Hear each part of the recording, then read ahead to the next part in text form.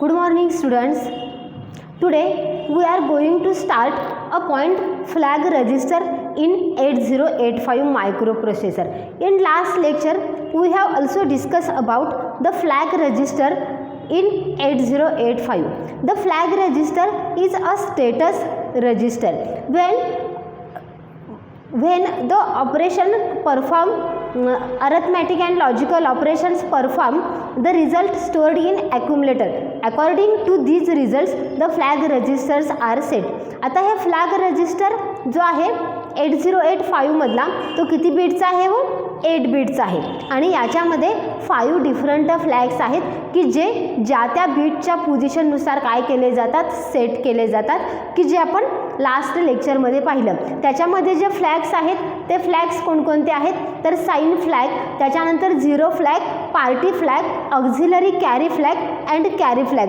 आता याच्यावरती तुम्हाला या टाईपचाही क्वेश्चन विचारला जाऊ शकतो. Flag register of 8085 contains data 45H interrupt its meaning. आता लास्ट लेक्चरमध्ये मी तुम्हाला सांगितलं होतं की फ्लॅग रजिस्टरमध्ये तुम्हाला डायरेक्टली सुद्धा क्वेश्चन विचारला जाऊ शकतो की फ्लॅग रजिस्टरची डायग्राम ड्रॉ करा आणि त्याचे जे फ्लॅग्स आहेत त्याचे एक्सप्लेनेशन लिहा.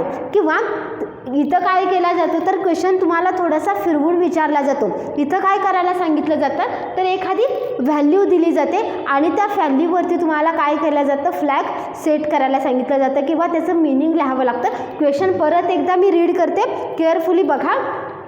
Flag register of 8085 contains data 45H interrupt its meaning. आता इथं बऱ्याच वेळेला काय केला जातो, हा जो डेटा आहे 8085 मधला तो काय केला जातो बऱ्याच वेळेला चेंज केला जातो आणि क्वेश्चन तुम्हाला विचारला जातो. मुलांना इथं खूप कन्फ्युजन होतं की हा क्वेश्चन नक्की कसा सॉल्व करायचा. तर हा क्वेश्चन सॉल्व करण्यासाठी सुद्धा खूप इझी मेथड आहे.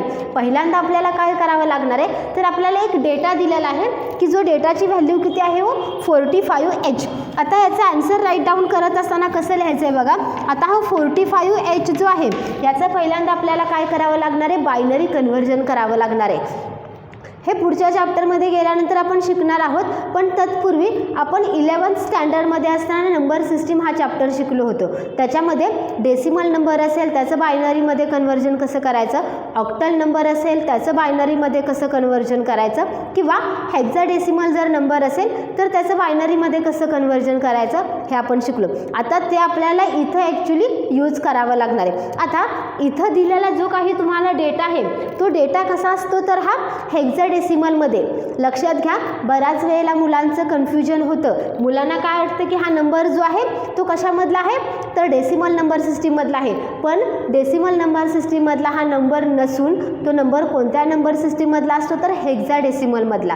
मग ज्यावेळेला तुम्ही हेक्साडेसिमलचं बायनरीमध्ये कन्व्हर्जन करता त्याला त्याची प्रोसिजर काय आहे तर जेवढे काही त्याच्यामध्ये डिजिट्स असतात ते डिजिट्स काय करायचे आहेत सेपरेट करायचे आहेत आणि त्याचं सेपरेट बायनरी कन्व्हर्जन. म्हणजे इथं राईट डाऊन करताना पहिल्यांदा बायनरी कन्व्हर्जन तुम्हाला कशाचं करावं लागेल 4चं बायनरी कन्व्हर्जन करावं लागेल आणि 5चं बायनरी कन्व्हर्जन. आता ज्या वेळेला तुम्ही बायनरी कन्व्हर्जन करत असता हेक्साडेसिमल नंबरचं त्यावेळेला त्या डिजिटला काय करावं लागतं तुम्हाला 2ने डिवाइड करावं लागतं. पहिल्यांदा आपण 4चं बायनरी कन्व्हर्जन करणार आहोत. 4 डिवायडेड बाय 2. इथं क्वोशंट काय उरतो हो तर क्वोशंट येतो 2 आणि रिमेंडंट येतो 1. हा रिमेंडंट आउटसाईडला घ्यायचा आहे आणि क्वोशंट जो आहे तो आउटसाईडला. आता क्वोशंट जोपर्यंत 1 येत नाही तोपर्यंत तुम्हाला ही डिव्हिजन काय करायचे आहे रिपीट करायचे आहे. आता इथं क्वोशंट आलेला आहे 2. आता ह्या 2ला परत 2ने डिवाइड करायचं. तुमचं रिमेंडंट येणार आहे 1 आणि क्वोशंट येणार आहे 1. याचं बायनरी 4चं कन्व्हर्जन काय आलं तर 1 0 1 हे त्याचं बायनरी कन्व्हर्जन आलं. त्याच पद्धतीनं आपण या साईडला 5चंही बायनरी कन्व्हर्जन करून घेऊयात. 5चं बायनरी कन्व्हर्जन कसं करणार तर 5 डिवायडेड बाय 2 रिमेंडंट आला 1 क्वोशंट आला 2. 2 डिवायडेड बाय 2 रिमेंडंट 0 आणि इथं क्वोशंट काय मिळतोय तुम्हाला इथं तुम्हाला रिमेंडंट 0 इथं क्वोशंट 1. याचं बायनरी कन्व्हर्जन काय आलं तर 1 0 1. आता ज्याला आपण अरिथमॅटिक ऑपरेशन परफॉर्म करत असतो त्याला मी तुम्हाला 11th स्टँडर्डमध्ये सुद्धा सांगितलं की याच्यासाठी आपल्याला काय करावं लागतं, तर 4 बीटचा ग्रुप तयार करावा लागतो. आता जर पहिल्यांदा 4चं बायनरी कन्व्हर्जन बघितलं तर 4चं बायनरी कन्व्हर्जन काय आलेलं आहे 100. हे 4चं बायनरी कन्व्हर्जन आलेलं आहे की ज्याच्यामध्ये 3 बीट्स आहेत. मग याचं कन्व्हर्जन आपल्याला पहिल्यांदा 4 बीटमध्ये करावं लागेल. मग ज्यावेळेला याचं कन्व्हर्जन 4 बीटमध्ये केलं जातं त्यावेळेला त्या नंबरच्या लेफ्ट साईडला तुम्ही 0 ॲड करू शकता किंवा त्या नंबरच्या राईट साईडला. बेस्ट वे काय आहे तर त्याच्या लेफ्ट साईडला 0 ॲड करायचं. आता हे झालं 4 बीट नंबर. आता त्याच पद्धतीनं 5चं बायनरी कन्व्हर्जन जर केलं तर 5चं बायनरी कन्व्हर्जन काय आलं 101 की ज्याच्यामध्ये सुद्धा 3 बीट्सच अवेलेबल आहेत. मग याचं कन्व्हर्जन 4 बीटमध्ये करत असताना त्याच्या आपण काय करणार आहोत लेफ्ट साईडला 0 ॲड करणार आहोत. आता हे झालं आपलं या टोटल नंबरचं बायनरी कन्व्हर्जन की ज्याच्यामध्ये 4 बीट अवेलेबल आहेत. बघा बरीच मुलं इथं कन्फ्युजन करतात. पहिलं कन्फ्युजन त्यांचं कुठं होतं तर त्यांना तो नंबरच आयडेंटिफाय करता येत नाही की तो नंबर कोणत्या नंबर सिस्टीममधला आहे. कारण आपल्याला ज्याला तो नंबर दाखवला जातो त्याला तो number as a decimal number सिस्टीममध्ये आपल्याला वाटतो, पण तो नंबर कसा असतो तर हेक्साडेसिमलमध्ये. आणि हेक्साडेसिमलचं ज्या वेळेला तुम्ही बायनरीमध्ये कन्व्हर्जन करता त्याला तो नंबर पहिल्यांदा सेपरेट करायचा, त्याच्या प्रत्येक डिजिटचं बायनरी कन्व्हर्जन करायचं आणि 4 बीटचा ग्रुप तयार करायचा. जर 4 बीटचा ग्रुप तयार होत नसेल तर त्याच्या लेफ्ट साईडला तुम्ही 0 ॲड करायचे आणि तो प्रॉपर 4 बीटचा. आता हे झालं याचं बायनरी कन्व्हर्जन. आता हे बायनरी कन्व्हर्जन झाल्यानंतर आपल्याला काय करायचं आहे आपली फ्लॅग रजिस्टरची डायग्राम ड्रॉ करायची आहे.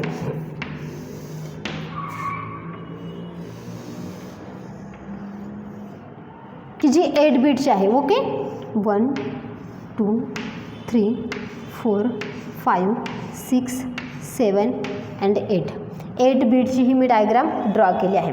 आता याच्यामध्ये आपल्याला 2 रो ॲड करायचे आहेत. पहिल्या रोमध्ये आपण काय लिहिणार आहोत तर आपले फ्लॅग्सचे नेम लिहिणार आहोत. पहिला फ्लॅग जो आहे तो आहे एस फ्लॅग, त्याच्यानंतर झेड फ्लॅग. ओके त्याच्यानंतर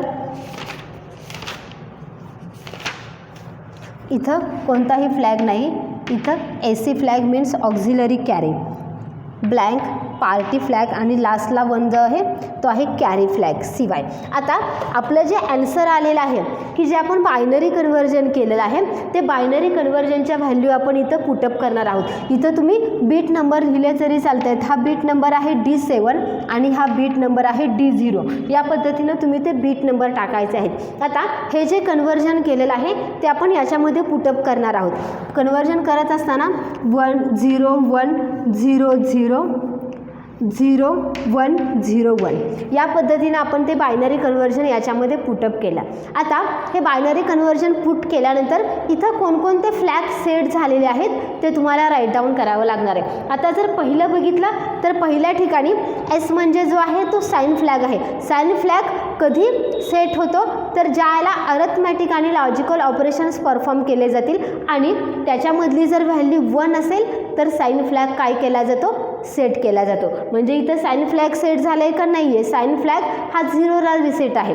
त्याच पद्धतीनं झेड फ्लॅग म्हणजे काय तर 0 फ्लॅग. 0 फ्लॅग कधी सेट केला जातो तर ज्याला झेडची व्हॅल्यू ही 0 असेल त्याला 0 फ्लॅग सेट केला जातो, अदरवाईज इट रिसेट. आता इथं जर झेडची व्हॅल्यू कन्सिडर केली तर झेडची व्हॅल्यू आहे 1 म्हणजेच इथं झेड फ्लॅगसुद्धा काय असणार आहे रिसेट असणार आहे. त्याच्यानंतर ऑक्झिलरी कॅरी फ्लॅगसुद्धा 0च आहे. आता इथं फ्लॅग कुठला सेट झालेला आहे पार्टी फ्लॅग तेवढा सेट झालेला आहे की ज्याच्यामध्ये व्हॅल्यू आहे 1 आणि CY कॅरी फ्लॅगसुद्धा काय झालेला आहे याच्यामध्ये सेट झालेला आहे. एवढंच फक्त तुम्हाला तिथं काय करायचं आहे राईट डाऊन करायचं आहे की कोणकोणते फ्लॅग कुठं सेट झालेले आहेत आणि कुठे रिसेट झालेले आहेत. बघा याचा आन्सर किती इझी आहे. याच्यामध्ये तुम्हाला जास्त डिफिकल्ट आहे का काही नाही आहे. फक्त तुम्हाला काय करायचं आहे तर जो काही तुम्हाला हेक्साडेसिमल नंबर दिला असेल त्या हेक्साडेसिमल नंबरचं बायनरीमध्ये कन्व्हर्जन करायचं आहे फर्स्ट स्टेप. त्याच्यानंतर आपली जी फ्लॅग रजिस्टरची डायग्राम आहे ती फ्लॅग रजिस्टरची डायग्राम ड्रॉ करायची आहे. त्याच्यामध्ये आपले जे फ्लॅग्स आहेत 5 फ्लॅग्स त्याची पोझिशन मेन्शन करायचे आहे आणि त्यानुसार तुमचं बायनरी कन्व्हर्जन जे आहे ते त्याच्यामध्ये पुटअप करायचं आहे आणि कोणते फ्लॅग सेट झालेले आहेत आणि कोणते रिसेट झालेले आहेत हे त्याच्या खाली राईट डाऊन करायचं आहे. लक्षात आलं तुमच्या की फ्लॅग रजिस्टर इन 8085 हा जो पॉईंट आहे तो आपला स्टडी करून झालेला आहे. आता आपण नेक्स्ट पॉईंट स्टार्ट करत आहोत या चॅप्टरमधला की जो आहे इंटरप्ट.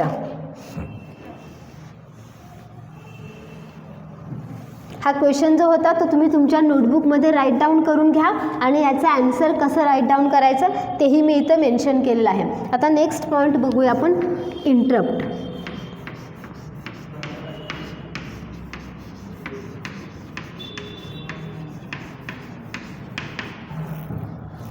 इंटरप्टची डेफिनेशन मी इथं राईट डाऊन करते.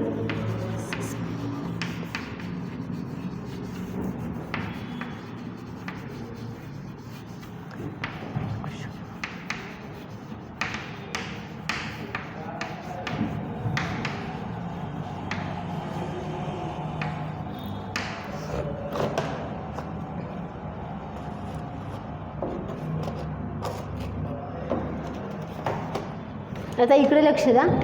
इथं मी इंटरप्टची जी डेफिनेशन आहे ती राईट डाऊन केलेली आहे. आता इंटरप्ट कन्सेप्ट काय आहे बघा. आपण हा कन्सेप्ट जो आहे तो 11th स्टँडर्डमध्ये शिकलो होतो. बऱ्याच वेळेला मी हा वर्ड इंटरप्ट आपलं ज्यावेळेला लेक्चर्स असतात त्यावेळेला मी हा यूज करते. आता इंटरप्टचं मिनिंग एक साध्या सोप्या भाषेत मी तुम्हाला सांगते. इंटरप्ट म्हणजे काय हो त्याची बेसिक डेफिनेशन बघा.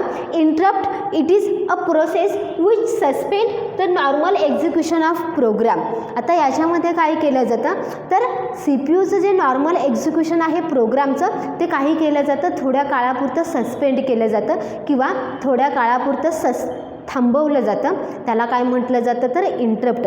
आता बऱ्याच वेळेला मायक्रो प्रोसेसर असेल किंवा CPU असेल तो त्याच्या कामामध्ये सतत बिझी असतो. आपल्याला माहिती आहे की microprocessor or CPU is always connected to different peripheral devices. आपला जो मायक्रो प्रोसेसर आहे किंवा आपण इथं CPU म्हटलं तरी चालेल कारण मायक्रो प्रोसेसर हा कुणाचा पार्ट आहे तर CPU मधलाच पार्ट आहे.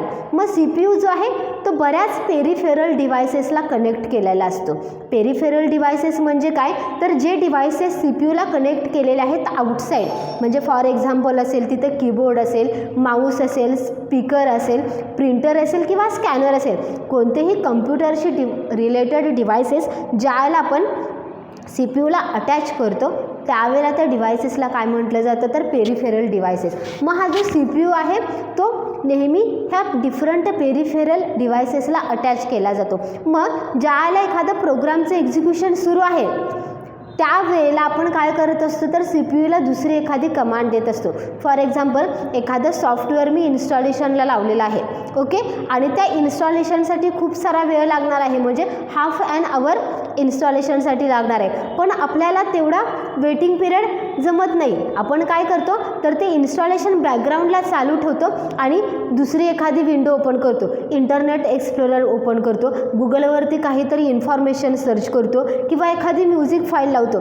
मग अशा वेळेला काय केलं जातं तर मायक्रो प्रोसेसर तर ते इन्स्टॉलेशन करण्यामध्ये बिझी आहे ओके. तो बिझी असतानाच आपण काय करतो तर दुसरी एखादी विंडो ज्याला ओपन करतो म्हणजेच काय करतो हो आपण तर ती मायक्रो प्रोसेसरचं जे प्रोसेसिंग काम आहे किंवा एक्झिक्युशनचं जे काम आहे त्याच्यामध्ये आपण त्याला व्यत्यय आणतो आणि आपण दिलेली जी कमांड आहे ती त्यानं कंप्लीट करावी असा आपला काय असतं एक्सपेक्टेशन असतो. आणि CPU ते करतंही. ते काय करतं मग जे काही तुमचं एक्झिक्युशन सुरू आहे किंवा जे काही इन्स्टॉलेशन सुरू आहे ते बॅकग्राऊंडला इन्स्टॉलेशन सुरू ठेवतं आणि तुम्हाला ते रिस्पॉन्स देण्याचं काम करत असतं. म्हणजे जर सपोज तुम्ही इंटरनेट एक्सप्लोरर ओपन करता त्यावेळेला CPUला ती कमांड जाते की ओपन इंटरनेट एक्सप्लोरर. त्याला CPU तुम्हाला इंटरनेट एक्सप्लोरर ओपन करून दिलं जातं आणि तुम्ही त्याच्यावरती सर्च करता. म्हणजे ॲट अ टाईम CPU दोन कामावरती त्याचं लक्ष केंद्रित करतं. एक आहे त्याचं इन्स्टॉलेशनचं काम की जे बॅकग्राऊंडला चालू आहे आणि दुसरं की जी तुम्ही न्यू कमांड त्याला दिलेली आहे. मग अशा वेळेला CPUचं जे पहिलं काम सुरू आहे इन्स्टॉलेशनचं त्याच्यामध्ये काय आणला जातो व्यत्यय आणला जातो किंवा ते प्रोग्राम एक्झिक्युशन थोड्या काळापुरतं स्टॉप केलं जातं आणि तुम्ही जी नवीन कमांड दिलेली आहे ती कमांड तो ॲक्सेप्ट करतो, त्याच्यावरती वर्क करतो आणि तुम्हाला रिस्पॉन्स म्हणून काय करतो इंटरनेट एक्सप्लोरर ओपन करून देतो. आता ते इंटरनेट एक्सप्लोरर ओपन करून दिल्यानंतर परत तो काय करतो तर परत पाठीमागं जातो बॅकग्राऊंडला आणि जे इन्स्टॉलेशनची प्रोसेस आहे ती कंटिन्यू चालू ठेवतं. ही जी प्रोसेस आहे यालाच काय म्हटलं जातं कम्प्युटरच्या लँग्वेजमध्ये तर इंटरप्ट. लक्षात आलं की इंटरप्ट म्हणजे काय तर कम्प्युटरचं जे नॉर्मल एक्झिक्युशनचं काम सुरू आहे त्या नॉर्मल एक्झिक्युशनच्या कामामध्ये ज्याला तुम्ही डिस्टर्बन्स आणता किंवा त्याच्यामध्ये ज्याला व्यत्यय आणला जातो त्याला काय म्हटलं जातं तर इंटरप्ट म्हटलं जातं. मग ही जे इंटरप्ट आहे ते दोन टाईप्सने इंटरप्ट केलं जातं. एक आहे हार्डवेअर इंटरप्ट आणि एक आहे सॉफ्टवेअर इंटरप्ट. आता याच्यावरती तुम्हाला एक्झामला 3 मार्क्स और 4 मार्क्सचा क्वेश्चन विचारला जातो. डायरेक्टली तुम्हाला हार्डवेअर इंटरप्ट किंवा सॉफ्टवेअर इंटरप्ट पहिल्यांदा तुम्हाला विचारली जाते डेफिनेशन ऑफ इंटरप्ट की ज्याच्यामध्ये what is mean bye interrupt and describe all types of software interrupt हा एक सलग तुम्हाला क्वेश्चन विचारला जातो किंवा what is mean bye interrupt and define it's type. मग त्याच्यामध्ये तुम्हाला hardware interrupt and software interrupt हे दोन्ही इंटरप्ट्स तिथं काय करता आले पाहिजेत मेन्शन करता आले पाहिजेत. किंवा अजून एक याच्यावरती क्वेश्चन विचारला जातो की जो हार्डवेअर इंटरप्टशी रिलेटेड आहे. आता हार्डवेअर इंटरप्टचे ज्याला आपण टाईप्स बघणार आहोत त्याला त्याच्यामध्ये प्रायोरिटी दिली जाते. म्हणजे कोणता इंटरप्ट जर तिथं अकर झाला तर त्याला किती प्रायोरिटी द्यायची तो इंटरप्ट ॲक्सेप्ट कसा करायचा त्याच्यासाठी त्याची प्रायोरिटी मेन्शन केली जाते. त्याच्यावरतीही तुम्हाला काय केला जातो डायरेक्ट क्वेश्चन विचारला जातो. आणि लास्ट क्वेश्चन याच्यावरती विचारला जातो define maskable and non maskable interrupt किंवा write a difference between maskable and non maskable interrupt. हे जे मी आता क्वेश्चन सांगते ते सगळे क्वेश्चन्स आपल्या PDF ज्याला तुम्हाला नोट्सची प्रोव्हाइड केली जाईल त्याच्यामध्ये मेन्शन केलेले आहेत. तेच मी तुम्हाला आत्ता सांगते की याच्यावरती तुम्हाला डिफरंट टाईपचे क्वेश्चन विचारले जातात आणि प्रत्येक वर्षी याच्यावरती क्वेश्चन हा विचारलाच जातो इंटरप्ट कन्सेप्टवरती. मग त्याच्यामध्ये हार्डवेअरचे इंटरप्ट विचारले असतील किंवा सॉफ्टवेअरचे कुणाचेही एकाचे तरी इंटरप्ट तिथं काय केले जातात विचारले जातात. त्यामुळं हा जो पॉईंट आहे एक्झामच्या दृष्टिकोनातून हा खूप महत्त्वाचा आहे. आता आपण आपल्या पॉईंटकडे जाऊया. इंटरप्टची डेफिनेशन तुमच्या लक्षात आली का सगळ्यांच्या. इंटरप्ट म्हणजे काय तर it is a process which suspend normal execution of program. Normal प्रोग्रामचं जे एक्झिक्युशन आहे ते थोड्या काळापुरतं सस्पेंड करण्याचं काम कोण करत असतं हा इंटरप्ट करत असतो. मग याच्यामध्ये 2 टाईपचे इंटरप्ट्स आहेत. एक आहे सॉफ्टवेअर इंटरप्ट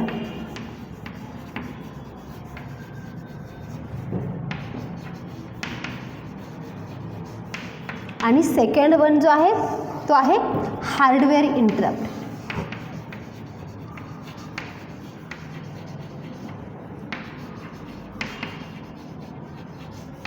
आता सॉफ्टवेअर इंटरप्टची डेफिनेशन पहिल्यांदा आपण बघूया. ज्या वेळेला तुमचं CPUचं नॉर्मल एक्झिक्युशन हे सस्पेंड करायचं काम कोण करत असतं तर एखादी इन्स्ट्रक्शन करत असते त्याला काय म्हटलं जातं सॉफ्टवेअर इन्स्ट्रक्शन. बघा definition when program execution suspend by any instruction given to microprocessor is called. आता प्रोग्रामचं एक्झिक्युशन आपण 2 टाईपनं सस्पेंड करू शकतो. एकतर आपण त्याच्यासाठी कीबोर्डचा यूज करू शकतो किंवा कोणत्याही हार्डवेअर डिव्हाइसचा यूज करून आपण काय करू शकतो मायक्रो प्रोसेसरचं जे काही एक्झिक्युशन सुरू आहे त्याच्यामध्ये डिस्टर्बन्स आणू शकतो. किंवा दुसरं काय आहे तर एखादी सॉफ्टवेअर इन्स्ट्रक्शनसुद्धा जनरेट केली जाते. आता इथं सॉफ्टवेअर इन्स्ट्रक्शन कोण जनरेट करणार आहे तर स्वतः मायक्रो प्रोसेसर काय करत असतं ह्या इन्स्ट्रक्शन जनरेट करत असतं आणि त्याच्याच कामामध्ये ते काय आणायचं असतं डिस्टर्बन्स आणायचं असतं. बघा सॉफ्टवेअर इंटरप्ट थोडासा वेगळा आहे. इथं डिस्टर्बन्स आणायचं काम यूजर करत नाही तर इथं डिस्टर्बन्स आणायचं काम कोण करत असतं स्वतः मायक्रो प्रोसेसर. म्हणजे ज्या वेळेला तुम्ही एखादी इन्फॉर्मेशन एखादं जर सॉफ्टवेअर तुम्ही इन्स्टॉल करत असाल किंवा डाउनलोड करत असाल तर काही ठिकाणी तिथं काय केलं जातं, सॉफ्टवेअरमध्येच पॉज केलं जातं. आता हे मध्येच का पॉज केलं जातं, कारण तिथं ज्याला युजरकडून एखादी इन्फॉर्मेशन जोपर्यंत येत नाही तोपर्यंत तिथं काय करत असतं, ते काम थांबवलं जातं. बरोबर आहे. एखादा लॉग इन ID मागत असेल किंवा एखादा पासवर्ड मागत असेल, जोपर्यंत युजर तिथं ती इन्फॉर्मेशन फिलअप करत नाही तोपर्यंत त्याचं एक्झिक्युशन परत नॉर्मलला होत नाही. आता इथं इन्स्ट्रक्शन तुम्ही देताय का हो ते पॉज करायचं नाही आहे, तर ती इन्स्ट्रक्शन कोण जनरेट करत असतं, तर स्वतः मायक्रो प्रोसेसर तिथं ती इन्स्ट्रक्शन जनरेट करतं आणि त्याचं एक्झिक्युशन काय करत असतं, सस्पेंड करत असतं. त्याला काय म्हटलं जातं, तर सॉफ्टवेअर इंटरप्ट. मग 8085 मध्ये टोटल 8 टाईप्सचे सॉफ्टवेअर इंटरप्ट्स आहेत. कोणकोणते बघूयात आपण. RST0, RST1, RST2 to RST7.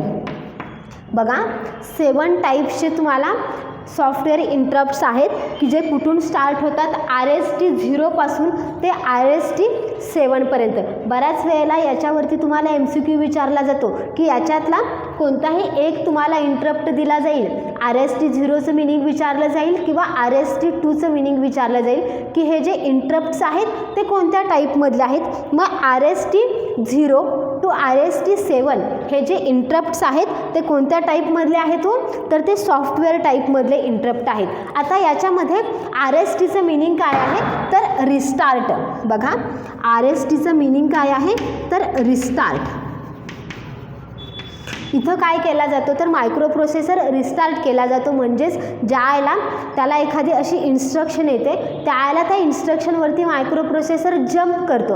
आता ती इन्स्ट्रक्शनवरती जंप कसा करायचा, त्याच्यासाठी त्याचा ॲड्रेस कसा कॅल्क्युलेट केला जातो. बघा RST0चं मिनिंग काय आहे, तर 0x8. इथं ॲड्रेस कसा कॅल्क्युलेट केला जाणार आहे, तर 0. इथं ॲड्रेस बघा कोणत्या पद्धतीनं कॅल्क्युलेट केला जाणार आहे. ज्या वेळेला RST0 टू RST7 आहे, जर तुम्ही 0 हा इन्स्ट्रक्शन असेल तर त्याला 8ने मल्टिप्लाय केलं जातं आणि इथं ॲन्सर येणार आहे 000H. ह्या ॲड्रेसवरती जंप करणार आहे. ज्या वेळेला तुम्ही RST1 म्हणताय त्याला 1x8. इथं ॲन्सर काय येणार आहे, तर 00008H या मेमरी ॲड्रेसवरती तो काय करणार आहे, जंप करणार आहे. बघा इथं RSTचं मिनिंग काय आहे, तर रिस्टार्ट. मग ज्याला तुम्ही अशी इन्स्ट्रक्शन त्याला प्रोव्हाइड करता किंवा मायक्रो प्रोसेसर या टाईपची इन्स्ट्रक्शन ॲटोमॅटिकली ज्याला जनरेट करतं त्याला ते कुठं जंप करतं, तर या पद्धतीनं त्याचा हेक्साडेसिमलमध्ये काय केला जातो, मेमरी ॲड्रेस जो आहे तो मेमरी ॲड्रेस कॅल्क्युलेट केला जातो आणि त्या मेमरी ॲड्रेसवरती मायक्रो प्रोसेसर काय करतं, जंप करतं.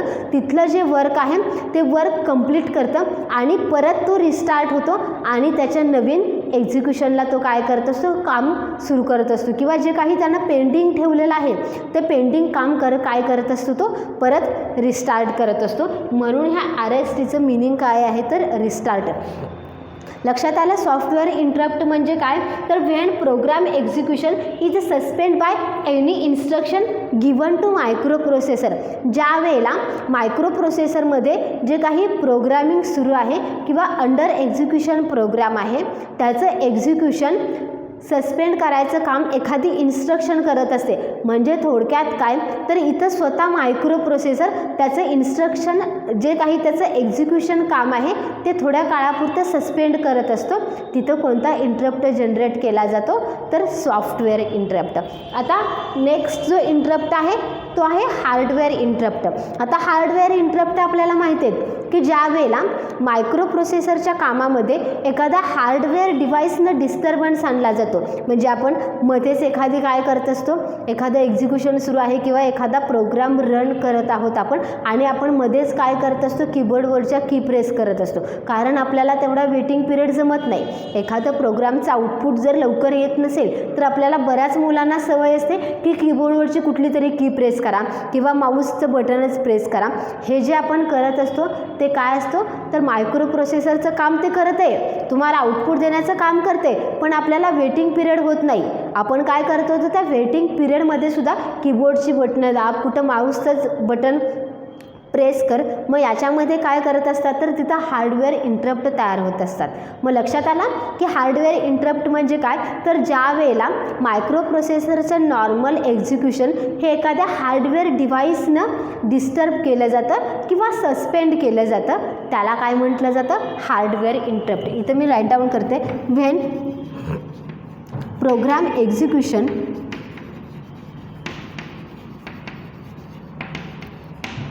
is suspended by any hardware device is called hardware interrupt. आता ह्या हार्डवेअर इंटरप्टमध्ये सुद्धा 5 टाईप्सचे हार्डवेअर इंटरप्ट्स आहेत. ते कोणकोणते बघा.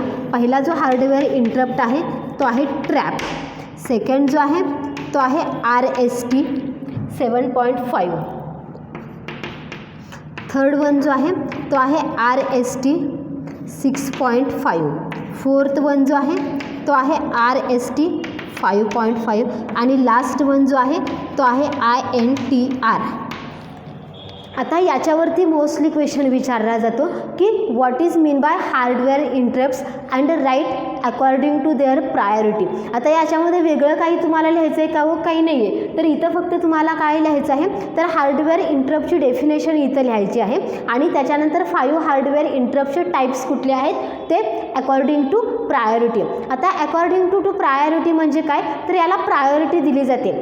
यातल्या सगळ्यात जास्त हायेस्ट प्रायोरिटी कुणाला आहे तर ट्रॅपला. It has highest priority. आणि सगळ्यात कमी प्रायोरिटी कुणाला दिली जाते तर INTRला लो प्रायोरिटी. आता याच्यामधला जो ट्रॅप आहे त्याला सगळ्यात जास्त प्रायोरिटी दिली जाते आणि त्याला काय म्हटलं जातं तर नॉन मास्केबल इंटरप्ट.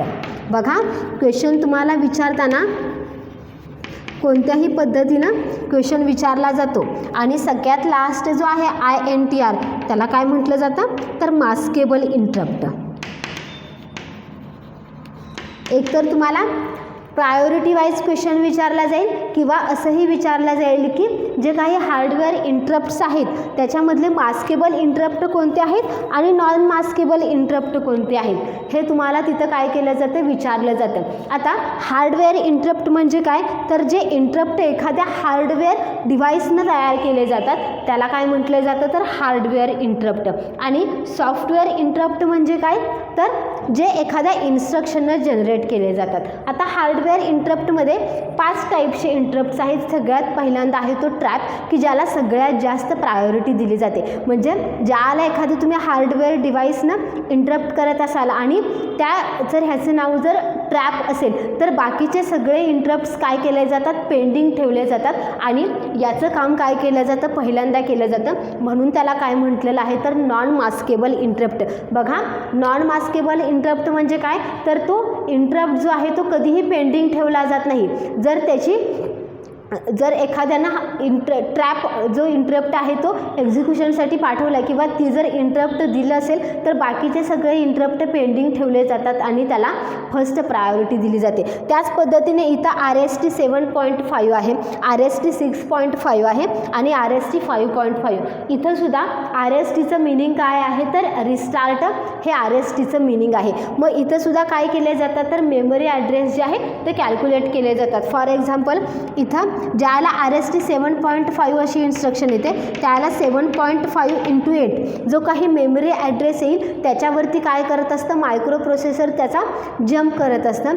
तिथलं जे काम आहे ते कंप्लीट करतं आणि नंतर परत तो काय करतो त्याच्या नॉर्मल एक्झिक्युशनला येतो. आता इथून खालचे जे इंटरप्ट्स आहेत RST 7.5, RST 6.5, RST 5.5 आणि लास्ट वन INTR हे जे इंटरप्ट्स आहेत यांना काय म्हटलं जातं तर मास्केबल इंटरप्ट म्हटलं जातं किंवा यांची प्रायोरिटी कशी आहे याच्यापेक्षा कमी आहे आणि सगळ्यात लो प्रायोरिटी कुणाची आहे तर INTR जो आहे याची सगळ्यात लो प्रायोरिटी आहे. आता तुमच्या लक्षात आलं दोन्ही टाईप्स, सॉफ्टवेअर इंटरप्ट म्हणजे काय आणि हार्डवेअर इंटरप्ट म्हणजे काय, याच्यामध्ये प्रायोरिटी कुणाची जास्त आहे आणि प्रायोरिटी कुणाची कमी आहे. आता याच्यामधला मास्केबल इंटरप्ट आणि नॉन मास्केबल इंटरप्ट हे तुम्हाला लक्षात आले असतील की इथं नॉन मास्केबल इंटरप्ट कोणतं आहे, ट्रॅप, आणि मास्केबल इंटरप्ट काय आहे तर INTR. आता या दोघांच्या मधला जो डिफरन्स आहे किंवा ॲक्च्युअल मिनिंग काय आहे मास्केबल इंटरप्ट आणि नॉन मास्केबल इंटरप्ट हे आपण लास्ट लेक्चरला स्टडी करणार आहोत. आजचं लेक्चर आपण इथंच स्टॉप करूया की ज्याच्यामध्ये आपण इंटरप्टचे जे दोन मेन टाईप्स आहेत हार्डवेअर इंटरप्ट आणि सॉफ्टवेअर इंटरप्ट आणि अकॉर्डिंग टू देअर प्रायोरिटीज हे आपण स्टडी केलं. जो डिफरन्स असेल तो आपण नेक्स्ट लेक्चरला स्टडी करूया. Good bye, have a nice day.